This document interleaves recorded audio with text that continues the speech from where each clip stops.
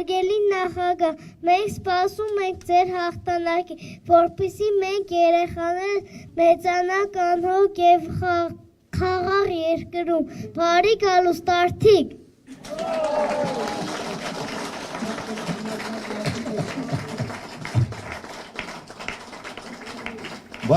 Անկեղծ ասեմ, իմ սերունդը երեխա լինելով այսքան համարձակ չէինք,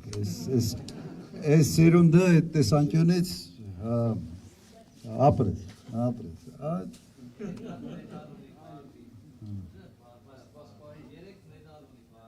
ինչ բարբար, վոլնի է, ես էլ եմ վոլնիկ, լուրջ եմ ասում, ես էլ եմ,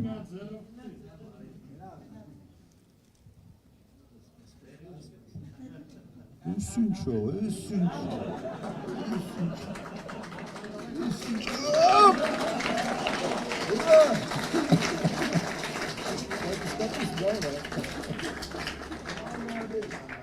լավ, ես էլ եմ վոլնի զբաղվել եմ, բավական